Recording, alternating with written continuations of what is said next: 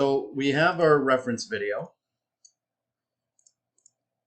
and so we bring that here. So I just middle mouse.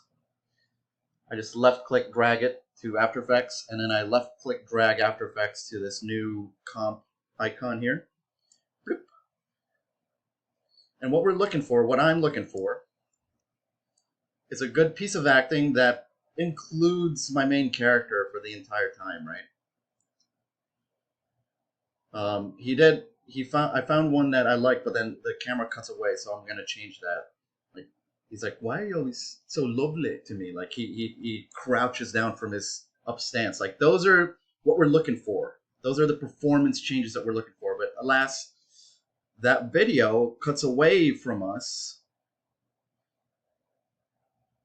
I guess that's not bad, but let's look at other things here. If we could find another one. Your pilot's not pilot. Your command. Yeah.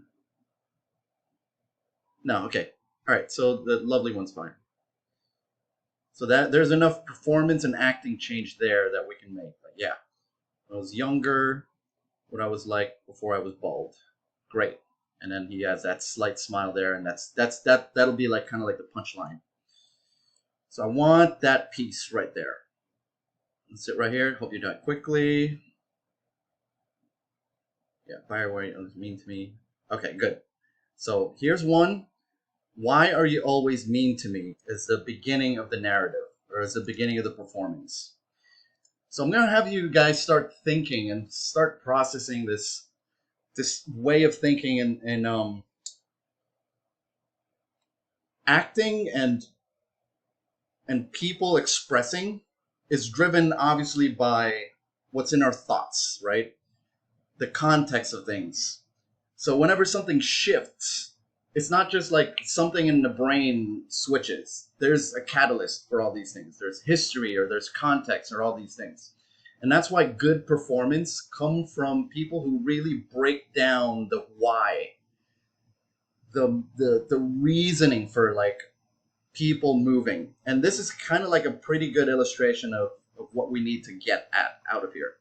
Because here, even if we begin with this, why are you always so mean to me? It already gives us this environment and this demeanor of like someone who's being under pressure, right? Someone's being mean to you, that means that you're getting compressed and your mood is lower. You're not in a high place. That's easily something that like you could just think in the back of your brain, but if you really try to digest it, really start to break down like what this line is and looking at your character, how he's hunched over, all these things will start to kind of like tick and mean something more than what is kind of obvious. Why are you mean to me? And then there's a change here. So whatever this is in animation, we'll talk about a catalyst. Like maybe like we'll flash like $1 million or whatever. And then all of a sudden he's like, why are you always so lovely to me? And you see how it changes from this stiff looking person to kind of like this, like, I'm going to move closer to you because I like being around you. So there's that shift. And then there's a little bit more activity because it's like I'm fluffed up by the nice words that you've said. So this is a good one for us to take a look at. I'd like you to tell your story. This is a neutral moment. So if you think of movie narratives, you start with an environment, a setting, a place, a desolate, downtrodden, very very dark place. And then there's the opposite of that, the contrast, which is hope and brightness and drama. So this is where like some fight scenes happen, some challenges, and you need to kind of like calm your audience down. This is what this neutral part is, and you see this in almost every movie, right? Like something goes crazy, and then you have to calm them down. This is also part of acting and like animation narrative. Tell me so you neutralize the situation again. When I was younger, I was like, so this is all neutral stuff. I was bald, and then you come back to like a certain punchline where it goes crazy up here. So that's what we're going to look for here. And then in our case here, tell me what I was like before I was bald. And wait, what's that line there? About me when I was younger. What was I like before I was bald? Okay, so yeah, and then we'll kind of do like a better punctuating ending there than just a wry smile. But anyway, this is what I want out of our reference. You can choose a movie that's like really recognizable. That way, it's easier for us to digest, and that way you don't have to like really think about like, oh, which part do I need to think about or really need to process. If there's a favorite scene that you have, but make sure that for the most part it includes the entire body. That way, you're involved in the actual movement of things. And what I'm going to do here is I'm going to take it a step further and actually try to center my character and my reference. That way there's not like this jarring thing. So in my case, I'm going to animate the position just so that he stays in the middle of the screen for the most part. So as he changes, it shifts here. I actually like the middle part there, and then here when he's there, I'm going to animate his location to be a bit forward and in center. So in here, I would even want to maybe single him out. You don't have to do all of this, but there might be a certain scenario for you where it gets too crazy and you kind of just want to like hone in on that performance. Okay? And that's what we want. Great. So the next thing I want to do is make sure that my timeline agrees. So if we're working off 30, make sure that your reference is set to 30, and make sure that your reference video is also at 30. So frame rate 30 here, and frame rate's 30. If this is different, then you'll have to tweak it like to 24, like so. But anyway, if you drag it, it'll kind of copy the same timeline. Frame rate. But if it does say 24 here, then make sure this is also at 24. Then make sure you're also animating at 24. But it ultimately doesn't matter because Maya will interpolate, and so will After Effects. So if this was 24 and you're bringing in a 30, it'll retime that to be in a 30 frames per second animation. So what you want to do is just extract two things: the video reference and the audio reference. If I haven't stressed it enough already in the past semesters, many past semesters we've been in, I almost always animate the audio. It's a game changer when you start to implement sound versus relying mainly on your vision. These ticks, these moments, like look at this flash of sound here. That's already your sound bite. That's already your cue for the next part, or for that action, for that motion. And this will be super relevant when you're doing lip sync too. So best start to get used to this method. You guys will be like, why didn't you teach us this last semester? Believe me, this is like class 3 when I used to teach this. But this was also before. This was also because I was only teaching one semester, so I had to cram everything. But people never did it. Not a lot of people used reference, regardless of the way how much I've stressed it. But in our situation, in our class, this will be required and will be mandatory. So here we are. Okay. So then we're going to go add to render queue, or Control M. Composition, add to render queue, Control M that sucker. And I want you guys to go into creating an image sequence. So if you don't have your shortcuts, it will look like this. You'll have your render queue here, and you'll click on this down button here, and then you will go into Photoshop. Right there, Photoshop. Okay? So when you go to Photoshop, click on the name Photoshop, and then change this to JPEG. This is After Effects default. Like, you will find this if you're doing this in After Effects. So you have your JPEG sequence, and you hit OK, and then output to. In my case, I'm going to go to my folder structure, CG, I'm going to go to Maya, and I'm going to go to Source Images. Source Images here, I'm going to create a folder called _class. And within this folder, I'm going to name this differently. So this I preserve. So keep all the 4 hashtags and the underscore. Leave that. But feel free to change the name here. This will be called, I don't know, anim acting ref 1. Okay? And it's going to ask you for a subfolder, and you say yes. So copy this, acting ref 1, copy that name, and double click that here, and this will be the name of your folder when you paste it. Make sense? Put it in your Maya, source images, your folder, your name folder, whatever. Acting ref 1 will be the name, and it will be a subfolder of this. Hit save, and we're going to render that.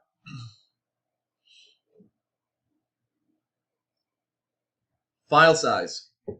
So when you have when you download something from YouTube, I just get like 4K video downloader or whatever. You guys are probably better at this than me, figuring out how to download stuff from YouTube. But I use 4K video downloader. Yeah, there's all these things. Just make sure it's safe or whatever. Extract stuff from YouTube or wherever your video files are from, but make sure they're small. So this video is 720p. I mean, I would probably do 540p, to be honest, because the smaller the file size, the less Maya has to process it when you have it on as an image sequence. So I generally stay at 540. 720 is probably as big as I'm going to go. So this is as big as we're going to go, right? So I have the video, and then we're also going to export the audio here. So go again back to composition and hit add to render queue. Go to render queue here. And then change this to AIFF, and this is the default, again, After Effects. Click on the name, and then change this to WAV. Because for the most part, all of us are probably working off PCs, which is, yeah, it's better anyway. So we go waveform and hit OK, and then we put it on the same folder here. Unless your brain thinks like, oh, I should put it in audio, so you have another audio folder, whatever makes sense to you. But I'm going to put it as acting ref 1 and hit waveform, hit save. Oops, I guess that put it in that folder. Okay, hold on. Acting ref 1.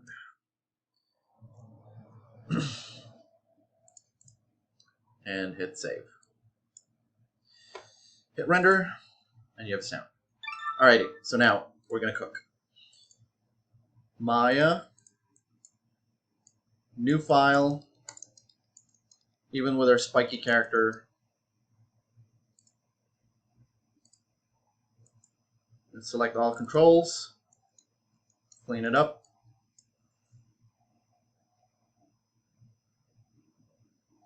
And I'm going to start my animation at frame 100, as I do. I'm going to go View, Image Plane, Import Image. And if you notice, since I set my project from the first class, you go File, Set Project, and if you copy my folder system, it's going to be in Maya, and just hit Set. You set that, and whenever you have a new stuff to do, you just go File, or when you do like your image sequence, image plane, import image, it automatically ports you to your source images here. So I'm going to go to is class, acting reference, and I select the first frame. So my mistake here, I'm sorry. Let's redo this because, I mean, you could do the math here and do the numbers game to do an offset, but I would probably prefer to just change that to the right frame that we're looking for, right? So in our case, let me just quickly delete that. So if I go to class, source images, and delete all those, go back to After Effects, and change this, Control K, change our preferences so that the start frame would be at 100. And now when we hit our render, it will set that number to frame 100. So we're here in Maya. Is this the Maya file or that? No, it's the other one. Okay. We're going to work off this. Go view, image plane, import image, class, acting reference 100. Hit open.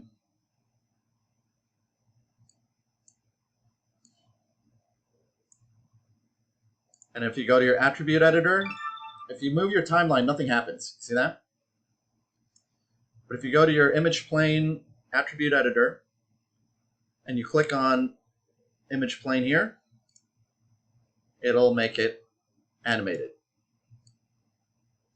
And since we set our number to start at frame 100 and our file is starting at frame 100, everything will line up perfectly. Okay? That's one part. We have the visual component.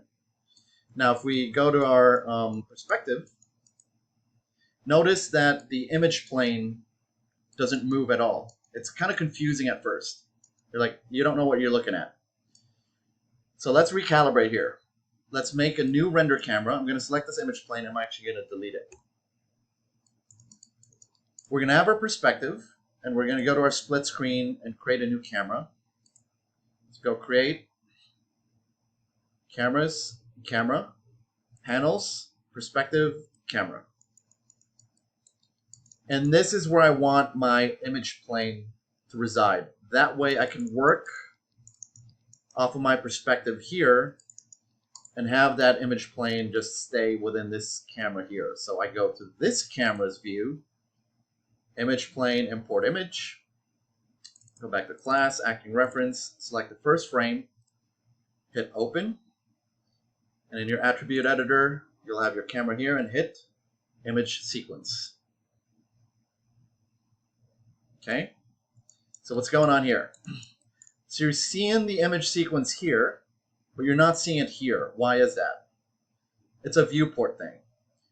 So if you go to your viewport here, you need to go show, and you need to unveil image planes right there. So now your image reference is in front of your character. So you're like, well, what gives? You could do two things. You could select your image plane, and you could set the attribute to alpha lesser. And you can see through your character. Or you could do what I prefer to do, which is I select my image plane. I'm just marquee selecting it here. And I go and tweak this. I go to depth, and I push, I middle mouse drag my depth so that it goes past my character. So you start to see how he unveils. He goes in front of my reference. See? And if necessary, I can move it if I want to. You can offset it this way. That way he's right next to it.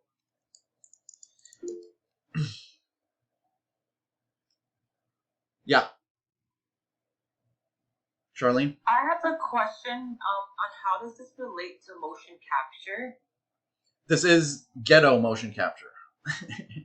This has nothing to do with direct motion capture because it's not data driven.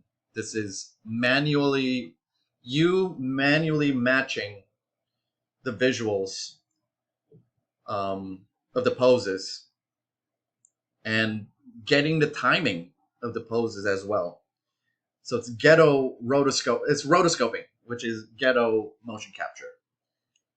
This is a method that is still employed at this, this time. Like, yeah, there's motion capture. I don't know how to motion capture, but neither do a lot of animators. And if you ask a bunch of animators, what they end up doing is they take motion capture data and they end up cleaning it up anyway, only to introduce their own type of moves to it. And we'll fast discover this as we're doing this method as well. And there's a reason. The other parameters I'm looking for is that please select a scene from a movie where it's made or done by human actors. We don't want Pixar or anything animated because that is regurgitated motion. I'm pretty sure that anything you see on Pixar have been, at the very least, it started with some sort of like you know, like visual reference from someone doing an action, right? So we don't want that secondhand prescribed animation. We want to see it from the source, like from the human element. That way we can evolve from looking at something that's limited to human and like creating our own touch to our characters. That's what I want you guys to start with. Okay, so in this case, sometimes I don't like this being in my perspective. I only want to keep it in my camera view. So what I do is I select my my image plane, and I go back to the attribute editor, and I turn off, I click this. I say looking through camera only. And that takes it away from the perspective.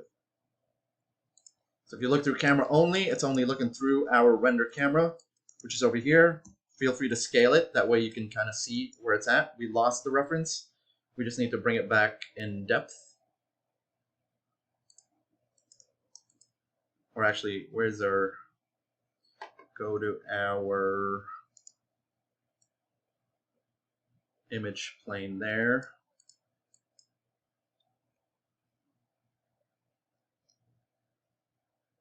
And where's the depth? Okay, 695. So if we do scale it, you may have to change the distance. So go back to your camera, select your camera, and go to its attribute editor, and change the far clip plane to something bigger. So that's all that is. Like if stuff disappears from your camera, it's because your near and far clip plane. I usually do 1 for near clip, and for far clip, like as far as you can go. Like add as many zeros as you can. If only we could do that to our bank accounts. Then we wouldn't be even taking this class. So, but yeah, if things disappear from your camera, that's mainly the reason why it is. You just add distance to your camera. Alrighty, so we have everything in place. Everything's running. It's moving. So now we just start to do our animations. So again, as you already know well and love, turn off everything. And basically, what I want for homework real quick, or in general, is set up your planes first. Like, don't get confused by the perspective of this. Like, look, I'm able to rotate my camera, but the reference does not move, right? Because this reference is stuck to the camera, and that's fine. Like, that's, you only need the reference to actually stay here. It'd be annoying if you moved your character and then the whole camera moved. So this is actually very good for us to have. But I do want you to settle into one sort of point of view. And in order to help that, we're going to deploy our create plane thing. We always need to have a floor. And then that's what'll kind of enable us to find our perspective there. Okay? And then you select your camera and just lock it. So just lock that right there. All right? What I want you guys to do is break down what you need for keyframes for now. So as we're scrubbing through here, we have the downtrodden demeanor, right? The discouraged, the put down look. So that's what we're going to do. So we're going to make a pose that matches him. So if we would need to, like, rotate your camera so that it matches that angle. Okay, lock that. And then we're gonna kind of emulate what he's looking at, or looking like here. So we're gonna bend his torso forward. And look, like I'm using something that's very small, very limited, and that's by design. Like I want my character to have the least amount of body expression while trying to get something, get a reference that's very like expressive in a human body. This is to kind of teach us how we start to translate data from what we're looking at to characters that are different, very different in proportions than are referenced. And you'll fast find why you end up needing to become your own animator in a couple of weeks. But really, right now, we're just trying to match that key pose that he has here. So there's a bit of a bend in his wrist. And if you want to move, like if you want to zoom into your reference, right? Our camera's locked, but if you, again, use the backslash button underneath your backspace button, you hold that and you use your right mouse button and your middle mouse to pan, you get to actually zoom in and see all that. You see, look, my camera's locked. I'm holding a backslash button and using my right mouse and middle mouse button. Okay? We know that already from last semester. So here's our downtrodden look. And a bit of his wrist on the other side is also showing. So I will try to see if I can do that for something that's fat and rotund here. And there we go. So once we've essentially captured the essence, I'm not looking for specific one-to-one posing here. I need for you guys to be close enough to the demeanor of your reference. In this case, he's just looking down, very discouraged. I have enough of an arch here, probably a slight lean forward. No, he can't lean any further, so then I will put all that lean towards the spine there. And look how much he's kind of like burdened by whatever statement he's listening to, okay? Marquee, select everything and and save a keyframe for all that. Now we're doing our homework. So here he's doing that. And nothing significant here. When he does say change, maybe he curls his wrist a bit in. So that's probably our next phase. And I'm gonna say, for the context of this, he's gonna start to evolve himself into like a happier guy. So I'm gonna slowly, just subtly foreshadow that by slightly lifting him up, right? So I'm gonna lift up his torso, and I'm gonna open up his palm to look like less of an old person, an old, worn down character, and more of this, I'm going to become an optimistic and vibrant creature. Okay? So you can test this. You see, you can just back and forth do this and see like where things look kind of like not that great. Like for instance, his hand to me looks just really stiff and lifeless. So I'm going to add a little bit of like a slight tilt there. That way there's a little bit more activity there. Just a slight activity. Okay?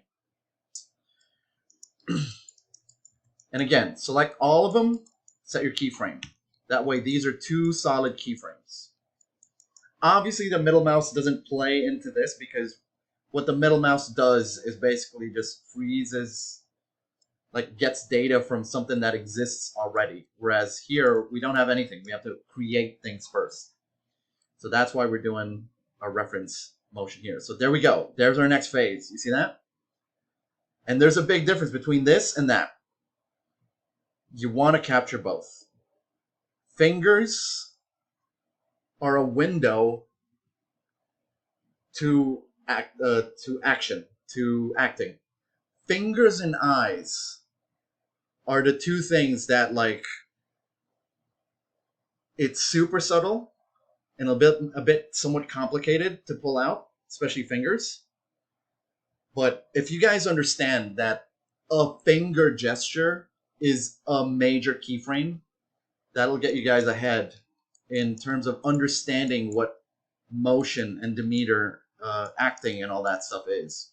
So in this case, I'm just gonna scrub through and look. He bases a little bit, so I'm gonna lower his stance, and I'm actually gonna start to activate his right leg to start stepping just a little bit. But the crux of this is him lifting up his torso so that the arms push forward to bring expression to the fingers. And if this rig serves me correctly, let's see if it works here. Yeah. So I have a previous save of the fingers being wide open already. Obviously, you guys don't have that yet, so what you're going to do is just painstakingly grab and open each finger and open it like such or whatever. But once you have all this, again, we can talk about saving stuff, saving poses in Studio Library, right? So, but what we want right now is just to get that piece of acting there. And this, if you guys get to knowing this, the difference between this and that, that's where we begin. That's where you start to open up the door to the matrix and such. Select again and set a keyframe again for all of it. And this is your next phase. See? The absorption, the welcoming of that message. The, hey, I'm going to pull what you just said. All the nice word, that nice word that you told me. Yeah, it's reverse bent it. Okay, so that's messed up. Okay, so now I'm going to have to make a fist by myself. And how I do that is deselect everything and just rotate to that vector. Just select the thumbs. Rotate inwards. And vice versa. So there's a move in Studio Library called mirror. And yeah, if I save this pose, I can mirror that to match so that I don't have to do this side as well. But anyway, just showing you guys, if nothing existed, this is how I would do it. So this is the move. He absorbs the thought within him. So it's not just the hand pulling in. It's the body kind of like lifting a bit and tilting backwards. And then the torso counter sucks it in. So you see that? You see how the hand, as it closes, it almost like pulls his body in too. That's what we're looking for. If you notice, the fingers get all bent out of shape there. That's just a gimbal thing again. We'll talk about gimbal later. But all I need to do is select the fingers that are affected. Again, curves, Euler filter. And that essentially fixes that. And I'm going to take it with a helmet here, or the face, just so that it's not so distracting. Just turn that off. And now we have two bald guys acting. So all this, just change things as you need, like change the pose, change the shoulders, etc., etc. But you get the idea. And then what he does next is he starts to step forward. Just remember though, whenever I do this, I always select everything and I keyframe everything. Capture everything. He's going to step forward with his right foot. Hard to see here in the dark, but I'm just making an informed, an intelligent deduction. 15 minutes left. We probably, well, we have class all the way till, was it 5:55 your time? Is that correct? Yeah, maybe even 6 o'clock your time. So he starts to move forward, but in order to move forward, something has to fall back behind, right? We know this already from our previous exercises. What falls back behind is that the torso is kind of going through that resistance. You're kind of like pushed back a bit. So I'm going to open up that torso, but still bend it forward a bit so that it's eager. And if you notice the left arm gets ushered in towards the chest. Like so. And because this is advanced skeleton, I have the liberty to actually use my translate controllers to manipulate the length of my limbs a little bit.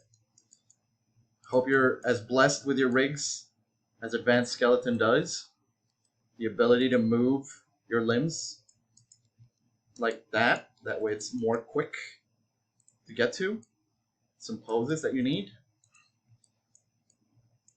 But effectively, I'm just trying to emulate what we're seeing here, given how limited and how different my character is. And why acting will work. Why, if you select the right poses, it will read just the same. So now here he steps up. And that's your passing position. You see how much higher his torso is? It lifts up. And his legs are in the middle. When your legs are in the middle in a walk cycle, that means that your torso is going to be at its highest. That's what that means. So again, keyframe everything and then go to the next keyframe. And this is in the passing position. He's moving his foot forward, and I'm going to have fidelity here. Like I'm actually going to rotate it this way. And then now it'll tell me that his leg needs to push forward. This leg's getting lifted. I'm going to counter by rotating downwards. And since it's too high, I'm going to lower it a bit. That way it accommodates the length of this rig. But again, this being advanced skeleton, I can add stretchiness to it so that it can actually be long. I can actually lengthen the length of the legs and all that stuff. All that good stuff is all possible. So you notice as he is in his passing position, the arm starts to swing towards the middle.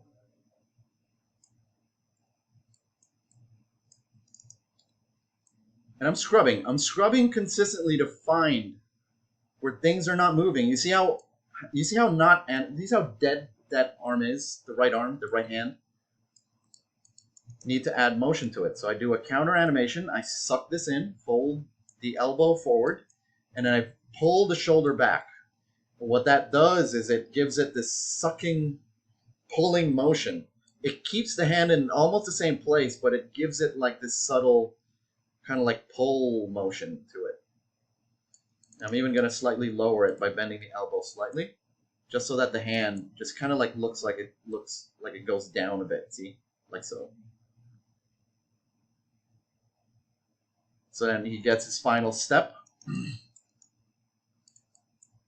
Steps his left. Oh, let's not forget, go back to this previous keyframe, select everything, keyframe everything. See that habit? Keep that habit. So he steps in, take out my rotations, bring it down, move the center of gravity, rotate it, because that foot is down now, and lower my base.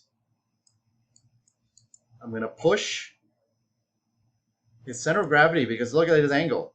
He's starting to tilt again, ever so eager to get more of that reward mechanism. So you start to see the psychology of the performance. There is this hunger to come away from this stage. You don't want to be told bad things about you. No one wants to be mean to you. So when someone says something nice to you, you gravitate to that. You want to pull it inwards. You want to take that emotion to heart, quite literally here. And then you want to move in for more. Give me more of that good stuff. Please understand this type of mentality. Like, start looking at everything, anything that moves, and really break down with the way how I'm describing it to you. What is the narrative? What is the psychology and the reason behind that demeanor and that action? Now watch this. This arm position looks familiar. This arm position looks very familiar. It kind of looks like the arm here where he sucks it in. So let's take that. I don't have a selection set, so I'm going to just marquee select my arms and then deselect anything that's not relevant. I believe I've selected everything that's relevant. I'm good to go. Frame 177. We have that arm position. When he steps in to frame what is this? 206. I'll set a marker there, 206. I like the arm position from 177. So I look at 177, left mouse button there. And now I middle mouse and drag it to 206. Hit S and watch the change in my graph editor here. Hit S, boom. What did that do? We copied that old pose from here. We brought it there so that we don't have to repose it. Or we can, if we want to, just get that tweak and slightly massage it that way. And we're like, oh, well, the right hand didn't actually quite, like, it's not the same pose. So then we'll find something that looks like it, where his hand is closed, like right down there. Yeah, like we like frame 190. So I'm going to middle mouse frame 190 for just the right arm and bring it to 206. Hit S on that too. So now you have the left arm from frame 177, and you have the right arm from frame 190, which isn't even a keyframe. So you start to have this amalgamation of methods and techniques, and an amalgamation of poses too. You select wherever you want to select and add it there. Okay, so he does take his final step here, but before we do that, whatever that keyframe is at 206, save all of that. They're all saved. And then he makes a step here at frame 230, where it's a more committed step, right? It's a big step. So he really slides the foot there. And now the center of gravity follows, and he actually rotates towards the camera now. You guys see that? You see that? And you know that because his profile changes from something slim to where you start seeing his chest. And this, again, speaks to cinematography and posing. He opens up. So he's revealing more of the chest. He's revealing more of the heart. Feed me more happy words. Okay.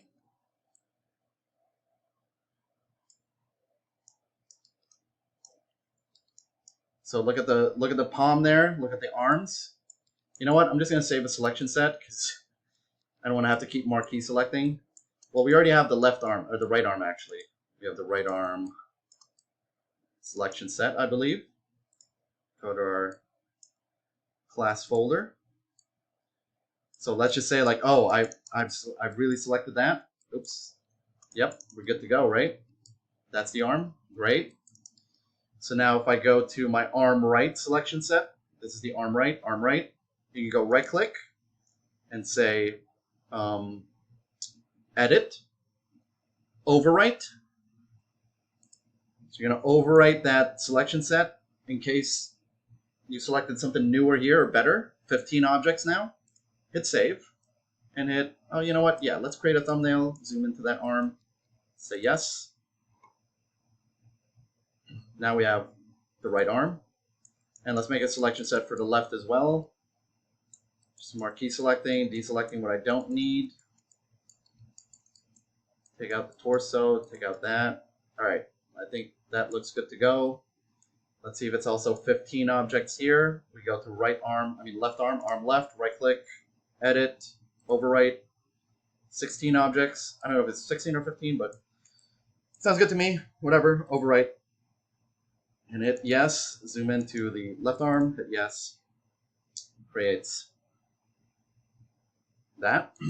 Okay. So anyway, what were we looking for? We're looking for this right arm. So I'm going to select the right arm here. I'm going to double click my arm right selection set.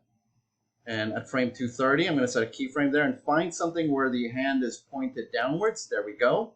That's very similar to that pose that we just saw. At frame 154, I middle mouse, drag it from my timeline to 230 and hit S. And you see how he points his hand down, and all you need to do is just slightly edit. Now, there's a reason why it doesn't look perfectly the same from where we copied it from, and that's because the torso's angled different, like all this stuff. But essentially, the crux of it is that you get to copy something that exists before so that you don't have to repose something over again. That's redundant, but I tend to want to be redundant here. I don't want to repose what is posed in the past. Anyway, this is clear so far? Everyone? Make sense? Coming together? Hit play. Obviously, the motion is going to float around because we don't have a lot of in-betweens. But this is all I want you to get at. If you want, select everything, select this, and make it all blocked by selecting this. So select all your controllers, select all your keyframes here, and just set it to blocked for now. And that way, you'll look like more like a professional animator. Oh, I'm blocking my animation. Look at how I blocked it. Okay? Let's finish this out. We have 3 minutes. Let me just conclude. He's still chatting here, and there's going to be, like, right there, that point. So he's going to lean forward. Someone hit someone with a hammer. What's up, Rob? Who'd you kill this time? No one? Okay. Oh, sorry. Yeah. Don't say it in class, okay? That way you're not guilty. So he leans forward, and he's going to point his finger. So I'm just going to select that index finger, zero out this, and starts to point at whoever he's having a discussion with. Okay?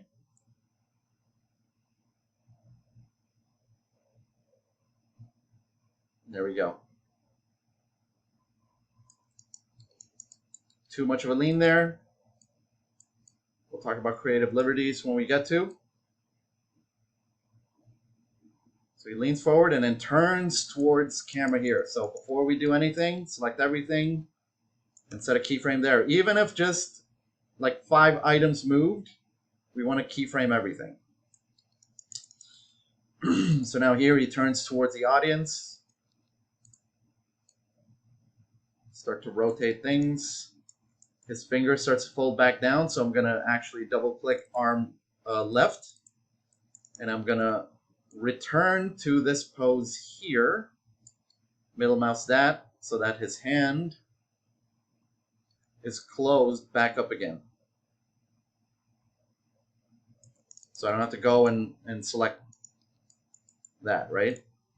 So it's up to you how you want to go back. You want to go back and forth doing middle mouse, copying keyframes, or you can, if you think this is faster, feel free to go and create these keyframes quick. But essentially, the idea is there. I want you guys to have all these options and be good at all of them. Okay? So I'm going to start turning his head here. Oops. Start to face out that way. The hopeful towards the horizon. Okay, we're going to stop. So again, keyframe something at 320, then keyframe this. Let's just say his arm is still down here. Okay. And obviously the eyes, we'll tweak that. We'll tweak that now, actually. Let's just kill this. Follow at 10. Okay. Let's zero this out. Alrighty. Okay. So we got our pose there. 3, 2, 3. There we go. Speaking of the. What is this? Okay. So the last bit here, I just want him to step in that way with the foot rotated and the COG tilted this way.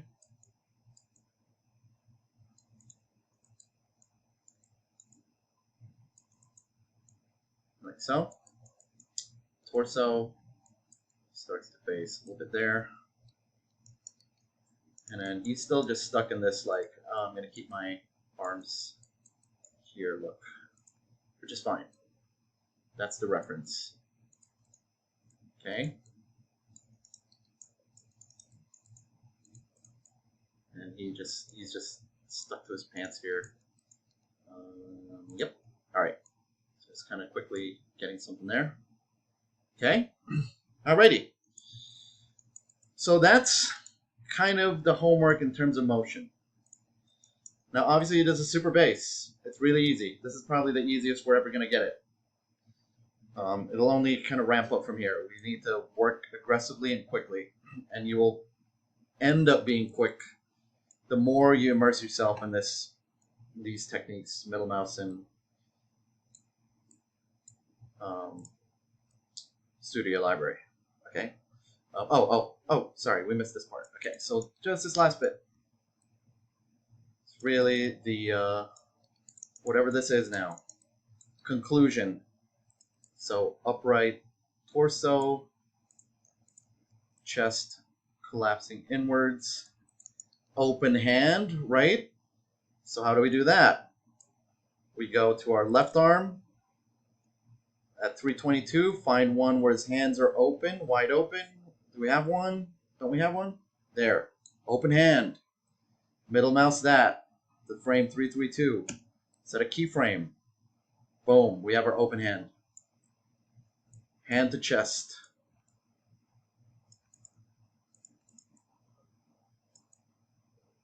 There we go. Right arm. Double click. Select that. Find one where he's open hand. Right there. Frame 169. Middle mouse. 332. There you go.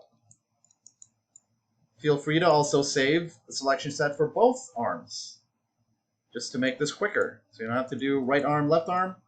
Select both, and do both.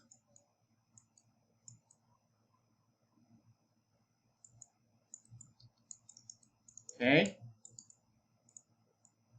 There we go. And then a follow through here, a slight bit of forward movement. And there we go. Okay, all this, like, yeah, we're gonna, actually that's part of the narrative. So we're gonna add this. Go to your, where you saved your acting reference, and now grab this. This is your sound bite. And very much like when you bring in Studio Library and all that stuff, you're gonna drag your acting reference and drag it to your timeline here. Left mouse button, drag it. Let go. Here's your sound volume, double click that. Have audio. So now there's an offset here because we have a 100 frame offset, but our sound bite is set to 0 or one of them, or 1, frame 1. So what we do is we right click on our timeline and we go to audio. If you notice here, we have our acting reference. You click on that box here. Boom. Hide our Studio Library. So look what happened there. Like, we're not looking at anything. Like, somehow it's still selected, like, something there. You have to do it again. There's something about the audio and certain things in Maya that you kind of have to, like, redo to get it to kick. So again, I'm going to right click, audio, acting reference, go to this box, and then hit that again. Now, Attribute Editor will show you this audio bit. And all you want to do is silence it for 100 frames. Or, I don't know what the difference is, offsetting to 100 and silencing to 100. But I guess offset, yeah, offset to 100 frames. And I don't know if you guys can hear it, but if I hit play,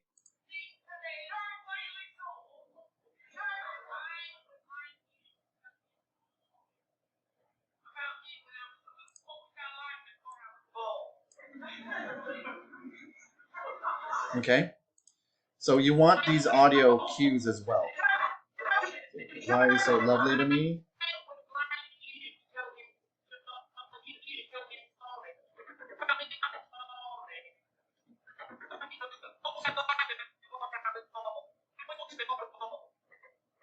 I just want this pose. Because this is kind of like the climax or the finish, the punchline to all of this. So basically, he opens up his hand, thrusts his arms forward. This is the most acting he's done, right? So I'm actually going to push my shoulders down. And with the center of gravity, he's going to push down, push forward. I think he's probably going to actually pull up.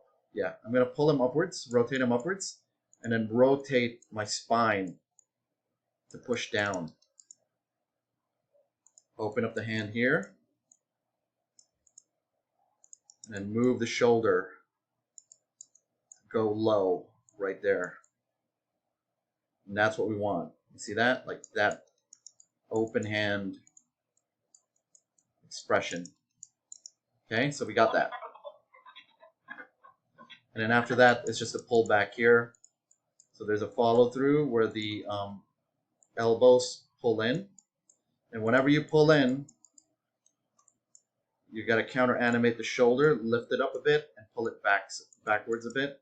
And then now this whole thing could slightly collapse forward as a follow through. And then the center of gravity could slightly go up as a counter and start to lift up. These are things we will learn in our semester. You see that? So he starts to pull it in like that. Okay. So this is all I want from homework. If you get here, you're okay. If you're better, you'll start to realize immediately how inadequate rotoscoping is.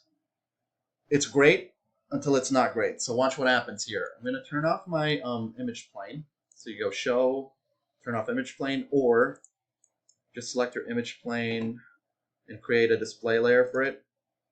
Double click that, say image ref.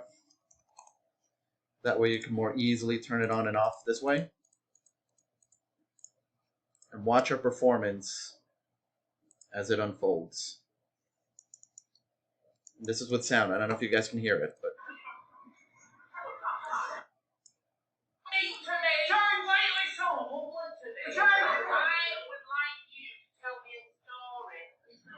about me when I was younger. What was I like before I was born? Meet to me. Turn lately so. Turn I would like. do you guys hear the sound? You hear it, but you're like, where's all that? Where's all the action that I just saw from my reference? That's probably the first impression you guys got. And this is exactly why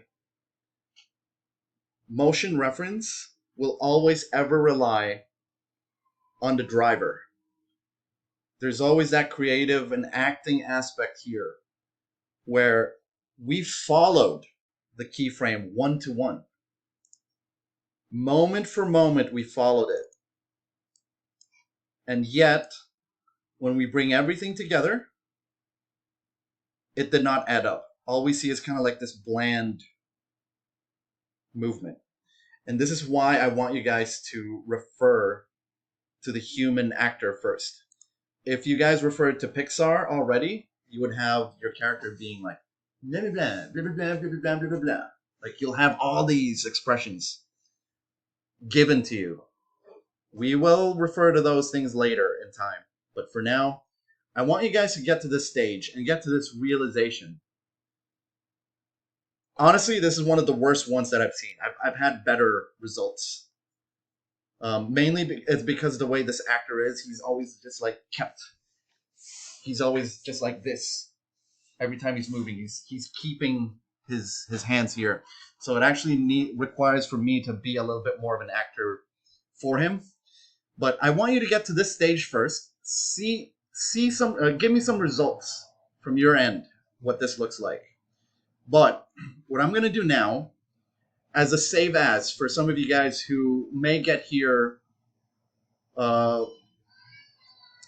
quite conveniently and easily, I want you to save a new file where you're going to do this. Your next phase here is not to really generate something new, but it's to retime your keyframes based on what it should be in the soundbite. So I'm still going to use this guy's motion, but I'm going to find his poses to punctuate at the right audio cue. And this is what I mean now. So this is like version 2, so to speak. So why are you so mean to me? What I'm going to do is just add a little bit of liveliness here, where he's kind of like fight backy. And I'm getting this impression now because of the tone of the audio. These are things where you won't get that context if you're just looking at your visual. But if I listen to the audio and he's a little bit more aggressive in his defensiveness, this will give me a little bit more encouragement to get some pose that is a little bit more like that.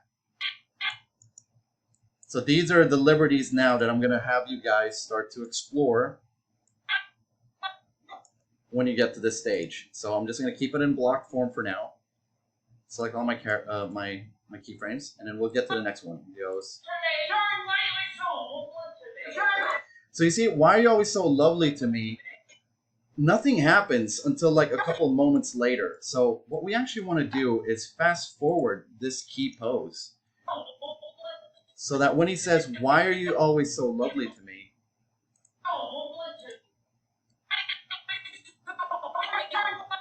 it actually kicks in here super early. So we're going to recognize where the "Why are you so lovely to me" pose is, like this one. See, he sucks it in here. That moment there, this actually needs to happen over here. So I'm looking at my waveform here. This says "why." This giant blob here is the word "why." And that's where I want to insert this pose. So this is the anticipatory pose, and this is actually the punctuating pose here, where he sucks it in. So now when you hit play, you see that? Why are you always so lovely to me? Like he already like starts to do the begging thing earlier. This is what I want you guys to start kind of feeling out. Hit that again.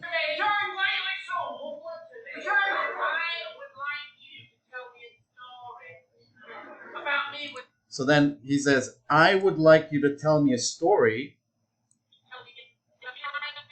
See, like right there. "I would like to tell you a story." That's where you actually want that finger pointing to happen.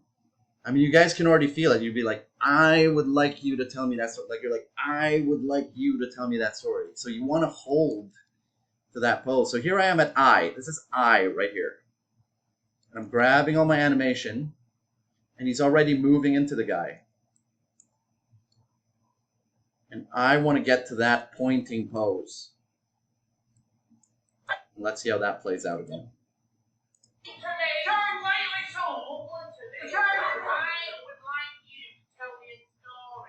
So you see how that activates a bit sooner? So you're going to have two takes there. You can say, "I would like you." You can do "you" to do that. Or you can even do, "I would like you" to be like the I part is he's already pointing.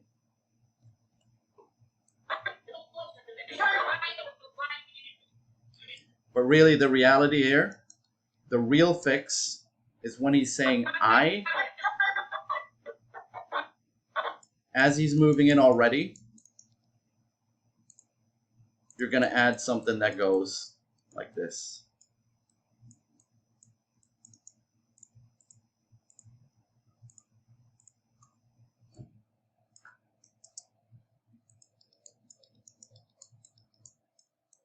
He starts to, and this is something that, yeah, I will have you guys add if you want. Do the base animations if you wish. If you want to transcend, start in your version 2. Start thinking about where these sound bites are and where you could start to add these moments. Okay? So as he's doing that, that's probably the last bit I'm going to do here.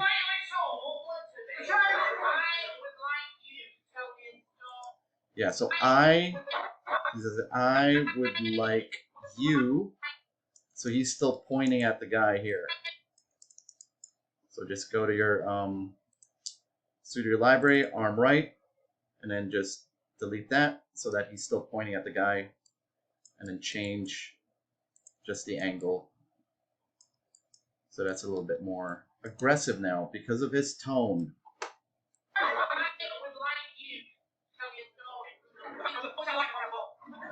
Okay?